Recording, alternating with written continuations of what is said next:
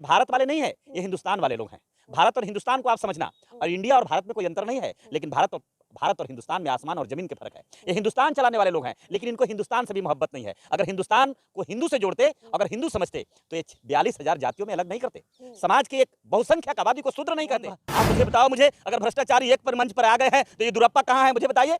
मैं जानना चाहता हूँ कहाँ है नीरव मोदी, कहाँ है मुझे बताइए। पंजाब नेशनल बैंक का सरगना कहाँ है, हम जानना चाहते हैं। सुब्रत राव कहाँ है। आप एक नहीं, इस देश के लूटने वाले एक लंबा लिस्ट है, विजय माल्या से लेकर के अनेकों लोगों का नाम है। बताओ कहां है एक भी इस देश में भ्रष्टाचार करने वाला, देश का खजाना लूटने वाला, सारा इनके गिरफ्त से बाहर है। और यहां ईडी और सीबीआई को दिखा करके एक दो आदमी को जेल भेज करके भय पैदा कर करके आप डेमोक्रेसी खत्म करना चाहते हैं। राष्ट्रपति करके कौन सा एहसान किया है आपने? दलित को अगर राष्ट्रपति बनाया तो आपने कौन सा एहसान किया है? आप इस दलित महिला को राष्ट्रपति बनाने के बाद में इनके माथे पर दुनिया के सारा पाप है जो आप डाल देना। ये जनादेश बंगाल से भी आया, और जनादेश कर्नाटक से भी आया, और जनादेश हिमाचल से भी आया। उससे आपको मालूम पड़ गया होगा कि पूरे देश में बयार चल रहा है, तूफान चल रहा है भारतीय जनता पार्टी के खिलाफ, नरेंद्र मोदी के खिलाफ और संघ परिवार के खिलाफ चल रहा है। आप क्या चाहते हैं? आप नूह और मणिपुर के लाकर के आप चुनाव की बेहतर नहीं पार होना चाहते हो? आप दंगा के याग में देश को झेल करके हिंदू मुस्लिम करके आप देश चुनाव जीतना चाहते हो?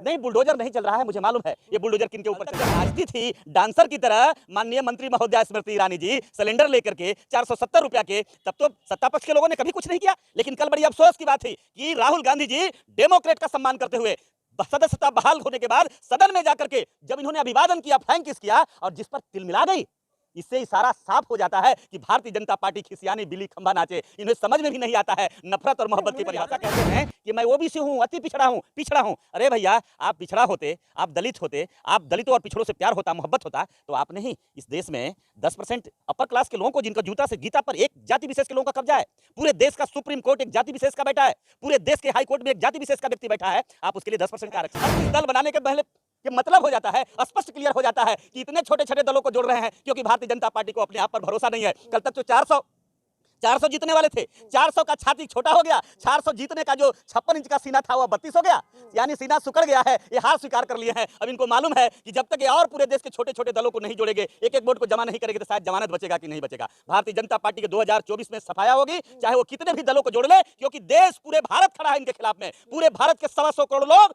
बदला लेना चाहता है प्राइवेटेशन के। 125 करोड़ 10 साल में जो धोखाधड़ी हुआ है, 10 साल में जो जुमलाबाजी हुआ है, 10 साल में जो नफरत की खेती किया गया है, जिसका बटन दबा करके ईवीएम से दबाकर देश का जनता गुस्सा निकाले और उनको वहां भेजेगी जहां 77 में जहां थे। इनकी औकात पता चल जाएगा 24 में। नमस्कार, मैं हूं शिव। आप देख रहे हैं वतन 24 टीवी। 2024 चुनाव को लेकर तैयारियां तेज हो गई हैं। आरोप प्रत्यारोप का दौर भी शुरू हो गया है। एक दूसरे पर भारी पड़ने की कोशिश हो रही है। एक तरफ एनडीए है तो दूसरी तरफ इंडिया। तो हमारे साथ बहुजन नेता हैं राजेंद्र यादव। कैसे देख रहे हैं आपके इंडिया को? घमंडिया कहा जा रहा है बीजेपी की तरफ से।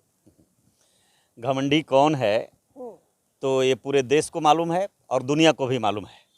और अभी आपको पता हो गया होगा कि अमेरिका के पूर्व राष्ट्रपति बराक ओबामा जी भारत के शर्मसार होते देख टिप्पणी ही नहीं की है, चिताया है कि भारत का जो हकीकत है, भारत का जो तासीर है, भारत की जो बनावट है, उसके साथ छेड़छाड़ मत करो प्रधानमंत्री जी, आगाह किया है। लेकिन घमंडी कौन है? आज इस देश पूरे भारत जानता है, 125 करोड़ लोग जानते हैं कि आज इस देश में एक व्यक्ति और एक पार्टी जो आज इस देश के लोकतंत्र को खत्म करना चाहता है, कहाँ खत्म, इस भारत की पहचान को मिटाना चाहता है।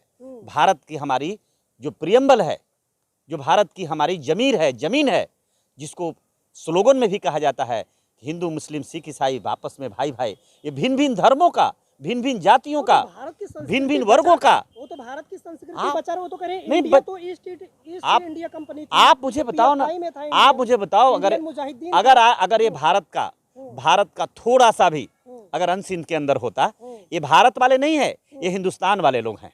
भारत और हिंदुस्तान को आप समझना, और इंडिया और भारत में कोई अंतर नहीं है, लेकिन भारत और हिंदुस्तान में आसमान और जमीन के फर्क है। ये हिंदुस्तान चलाने वाले लोग हैं, लेकिन इनको हिंदुस्तान से भी मोहब्बत नहीं है। अगर हिंदुस्तान को हिंदू से जोड़ते, अगर हिंदू समझते, तो ये 42,000 जातियों में अलग नहीं करते, समाज की एक बहुसंख्यक आबादी को शूद्र नहीं कहते। समाज की बहुसंख्यक आबादी आज अपने आप को अपमानित महसूस नहीं करता, आज भी कहीं घूमता है। शूद्र कह रहे हैं, अब सारे सनातनी हैं, अब जब वोट लेने आता है तब आपने देखा नहीं क्या पत्रकार साहब, आपने देखा नहीं कि एक ट्राइबल की बेटी जो भारत की महामहिम है, राष्ट्रपति महोदया को मंदिर के गर्भगृह में पूजा नहीं करने दिया जाता है? कि आपने देखा नहीं क्या? आपने तो बड़ी करीब से देखा है और पूरे देश में खबर चला है।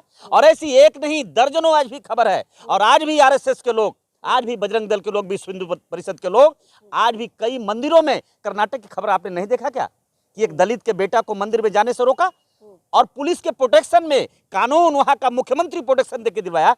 बताइए, आज भी आजादी का जहां आप कहते हैं स्वर्ण जयंती मनाते हैं, 75 साल आप गिनाते हैं, और वहां पुलिस प्रोटेक्शन में दलित को मंदिर में पूजा कराया जाता है। इससे बड़ी दुख क्या हो सकता है और इससे बड़ा अपमान क्या हो सकता है देश के लिए? दलित राष्ट्रपति दिया, दलित आदिवासी राष्ट्रपति दिया, खुश नहीं है? इतना बड़ा पद दिया। देखिए, हम कह रहे हैं दलित नहीं देता, अपने खुद ही बन जाते, समाज से ज्यादा बढ़िया था। मोदी कैबिनेट में कितने नहीं, ज्यादा बढ़िया था अगर वो खुद बन जाते तो। जूता से गीता पर तो उनका कब्जा है इस देश में। मुझे आप बताइए, आपने दलित राष्ट्रपति करके कौन सा एहसान किया है? आपने दलित को अगर राष्ट्रपति बनाया तो आपने कौन सा एहसान किया है? आप इस दलित महिला को राष्ट्रपति बनाने के बाद में इनके माथे पर दुनिया के सारा पाप है जो आप डाल देना चाहते हैं। ट्राइबल का पाप जो खत्म कर दे देना चाहते हैं, जो आदिवासियों पर आज हो रहा है, दलितों पर हो रहा है, पिछड़ों पर हो रहा है, मुसलमानों पर हो रहा है, इसका आरोप, इसका सारा पाप आप ट्राइबल और एससी और एसटी ओबीसी के लोगों पर दे देना चाहते हैं। आज क्या है? नहीं, क्या है प्रधानमंत्री भी तो कहते हैं ओबीसी है। प्रधानमंत्री आपका कहते हैं कि मैं ओबीसी हूं, अति पिछड़ा हूं। अरे भैया, आप पिछड़ा होते, आप दलित होते, आप दलितों और पिछड़ों से प्यार होता, मोहब्बत होता, तो आपने ही इस देश में 10% अपर क्लास के लोगों को, जिनका जूता से गीता पर एक जाति विशेष के लोगों का कब्जा है, पूरे देश का सुप्रीम कोर्ट एक जाति विशेष का बैठा है, पूरे देश के हाई कोर्ट में एक जाति विशेष का व्यक्ति बैठा है, आप उसके लिए 10% का आरक्षण देते? आप इस देश से डेमोक्रेट को खत्म करते? आप इस देश से आरक्षण खत्म करते? आप इस देश के 10 उद्योगपतियों के हाथ में दे देते? इस देश रिलायंस और अडानी का बना देते? आपको देश से भी प्रेम नहीं है, आपको हिंदू से भी प्रेम नहीं है। हिंदू और देश से भी अगर प्रेम होता तो जो 9 साल 9.5 साल के अंदर जो नरेंद्र मोदी जी ने किया है, इतिहास कभी उन्हें माफ नहीं करेगा।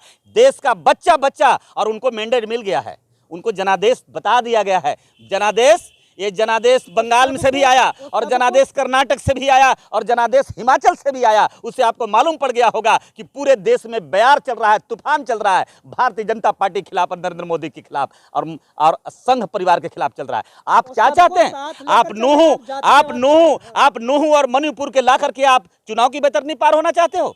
आप दंगा के याग में देश को झेल करके, हिंदू मुस्लिम करके आप देश चुनाव जीतना चाहते हो? नहीं, बुलडोजर नहीं चल रहा है, मुझे मालूम है ये बुलडोजर किन के ऊपर चल रहा है। आप मुझे नूह के घटना के बाद बुलडोजर पहले क्यों नहीं चला रहे थे? उत्तर प्रदेश में बाबा पहले बुलडोजर क्यों नहीं चला रहे थे? क्या इस जाति विशेष के मुसलमानों के ऊपर सिर्फ बुलडोजर चलता है? इस देश में जुल्म करने वाले, घोड़ा से उतारने वाले, उस पर तो बुलडोजर नहीं चला? शादी में मौर उतारने वाले पर तो बुलडोजर नहीं चला? दलितों पर जुर्म करने वाले पर तो बुलडोजर नहीं चलाया? पिछड़ों पर जुर्म करने वाले पर आपने बुलडोजर नहीं चलाया? आपका बुलडोजर किन पर चलता है? सिर्फ देश को दिखाने के लिए, हिंदू राष्ट्र बनाने के लिए, हिंदुओं को एकत्रित करने के लिए, वोट लेने के लिए, दिखावा के लिए आपको बुलडोजर चलता है। जो इस देश में जुल्मी है उस पर आप कार्रवाई नहीं करते? प्रदेश में जिसने दलित पर पेशाब किया था उस पर चला ना बुलडोजर। अच्छे बताइए, आप दलित पर बुलडोजर चल गया, आपने दिखाने के लिए एक व्यक्ति को कर दिया। आपने बोला आपके पेशाब की जैसी घटना होने के बाद में 3 ट्राइबल पर उस तरह की घटना हुई और उसके बाद मणिपुर की घटना हुआ जहां पर जबल इंजन की सरकार है। आपके वो कार्रवाई करने से कुछ नहीं रुका, आपके बिल्कुल आपने प्रोटेक्शन दिया। आपने बिल्कुल जितना भी इस देश में दंगाई है, जितना इस देश में आताताई है, जितना इस देश में जुल्मी लोग हैं, बिल्कुल भारतीय जनता पार्टी के शासनकाल में उन्हें प्रोटेक्शन दिया गया है। घोड़ा बना करके उसको रखा गया है और उस पर सवारी करके दलितों को और पिछड़ों को रौंदा जा रहा है। वो तो कहते हैं सारे भ्रष्टाचारी एक मंच पर आ गए। अच्छा बताओ तो मोहन, आप मुझे बताओ, मुझे अगर भ्रष्टाचारी एक पर मंच पर आ गए हैं तो ये दुरप्पा कहाँ है? मुझे बताइए, मैं जानना चाहता हूँ कहाँ है नीरव मोदी कहाँ है? मुझे बताइए, पंजाब नेशनल बैंक का सरगना कहाँ है? हम जानना चाहते हैं सुब्रत राव कहाँ है? आप एक नहीं, इस देश के लूटने वाले या एक लंबा लिस्ट है, विजय माल्या से लेकर के अनेकों लोगों का नाम है। बताओ कहां है एक भी इस देश में भ्रष्टाचार करने वाला, देश का खजाना लूटने वाला? सारा इनके गिरफ्त से बाहर है। और यहां ईडी और सीबीआई को दिखा करके, एक दो आदमी को जेल भेज करके, भय पैदा कर करके आप डेमोक्रेट को खत्म करना चाहते हो। 24 में इशारा है, 24 में भारतीय जनता पार्टी का सफाया होगा, नरेंद्र मोदी जी का सफाया होगा। यहाँ विपक्ष भी इनका बनने वाला नहीं है। कैसे होगा? वो तो कहते हैं ना मुद्दा है ना चेहरा है। कौन बोलते हैं? बताओ, इस देश में नफरत को फैलाकर, नफरत को फैला करके सत्ता की बेतरनी पार होना चाहता है। और एक व्यक्ति इस देश में भारत को जोड़ना चाहता है, इस देश में प्रियम्बल पर सरकार चलाना चाहता है, इस देश में भारत में सामाजिक न्याय करना चाहता है, इस देश में बाघ और बकरी एक जगह एक घाट पर पानी पिलाना चाहता है। पूरे देश में संदेश में आपने देखा होगा, आपके भी चैनल पर खबर चली थी, जब राहुल गांधी जी पूरे भारत में भारत को जोड़ रहे थे, भारत जोड़ो यात्रा अभियान चालू किया था। आपने देखा होगा पूरे देश सड़कों पर आ गया, तब इन्हें साजिश करके इनकी सदस्यता को खत्म किया। कल आपने देखा, कल तक जब नाचती थी डांसर की तरह माननीय मंत्री महोदया स्मृति ईरानी जी सिलेंडर लेकर के 470 रुपया के, तब तो सत्ता पक्ष के लोगों ने कभी कुछ नहीं किया। लेकिन कल बड़ी अफसोस की बात थी कि राहुल गांधी जी डेमोक्रेट का सम्मान करते हुए सदस्यता बहाल होने के बाद सदन में जाकर के जब इन्होंने अभिवादन किया, फ्लैंक किस किया, और जिस पर तिलमिला गई,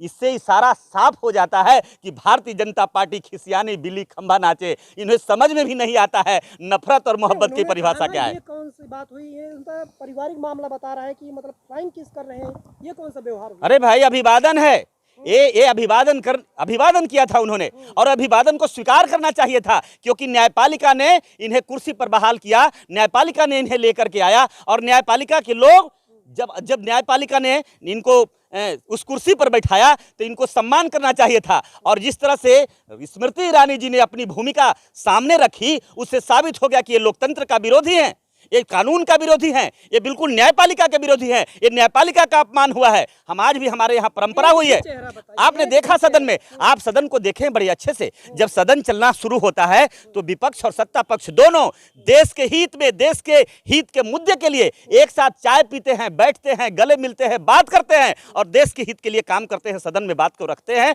और कानून बना करके इंप्लीमेंट करते हैं, लागू करते हैं। लेकिन क्या हो गया, सदन जी को, राहुल जी को आना अच्छा नहीं लगा, राहुल जी को सदन में आना बुरा लग गया।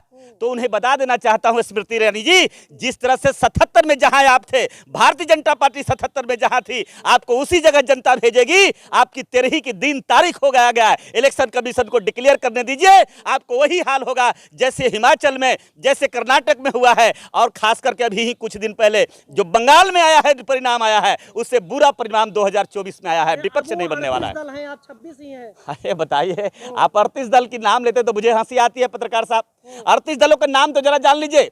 38 में 30 ऐसे दल हैं जिनका एक भी सांसद विधायक नहीं है, जिनको जिला पंचायत में मेंबर नहीं है, पंचायत समिति में मेंबर नहीं है, पंचायत के मेंबर नहीं है। अब ये बताओ, ये फौज खड़ा करके ये बता देना चाहते हैं, 38 दल बनाने के पहले ये मतलब हो जाता है, स्पष्ट क्लियर हो जाता है कि इतने छोटे छोटे दलों को जोड़ रहे हैं क्योंकि भारतीय जनता पार्टी को अपने आप पर भरोसा नहीं है। कल तक तो 400 जीतने वाले थे, 400 का छाती छोटा हो गया, 400 जीतने का जो 56 इंच का सीना था वो 32 हो गया, यानी सीना सुकड़ गया है। ये हार स्वीकार कर लिए हैं। अब इनको मालूम है कि जब तक ये और पूरे देश के छोटे छोटे दलों को नहीं जोड़ेंगे, एक एक वोट को जमा नहीं करेंगे, तो शायद जमानत बचेगा कि नहीं बचेगा। भारतीय जनता पार्टी के 2024 में सफाया होगी, चाहे वो कितने भी दलों को जोड़ ले, क्योंकि देश, पूरे भारत खड़ा है इनके खिलाफ में। पूरे भारत के 125 करोड़ लोग बदला लेना चाहता है प्राइवेटेशन के। 125 करोड़ 10 साल में जो धोखाधड़ी हुआ है, 10 साल में जो जुमलाबाजी हुआ है, 10 साल में जो नफरत की खेती किया गया है, जिसका बटन दबा करके, ईवीएम से दबाकर देश का जनता गुस्सा निकालेगी और उनको वहां भेजेगी जहां 77 में जहां थे। इनकी औकात पता चल जाएगा 24 में। तो जैसे जैसे 2024 का चुनाव नजदीक आ रहा है, वैसे वैसे एनडीए वर्सेस इंडिया की लड़ाई दिलचस्प होती जा रही है। लेकिन आपको अभी क्या लग रहा है कि कौन बाजी मारने वाला है? अपनी राय कमेंट सेक्शन में ज़रूर बताएं।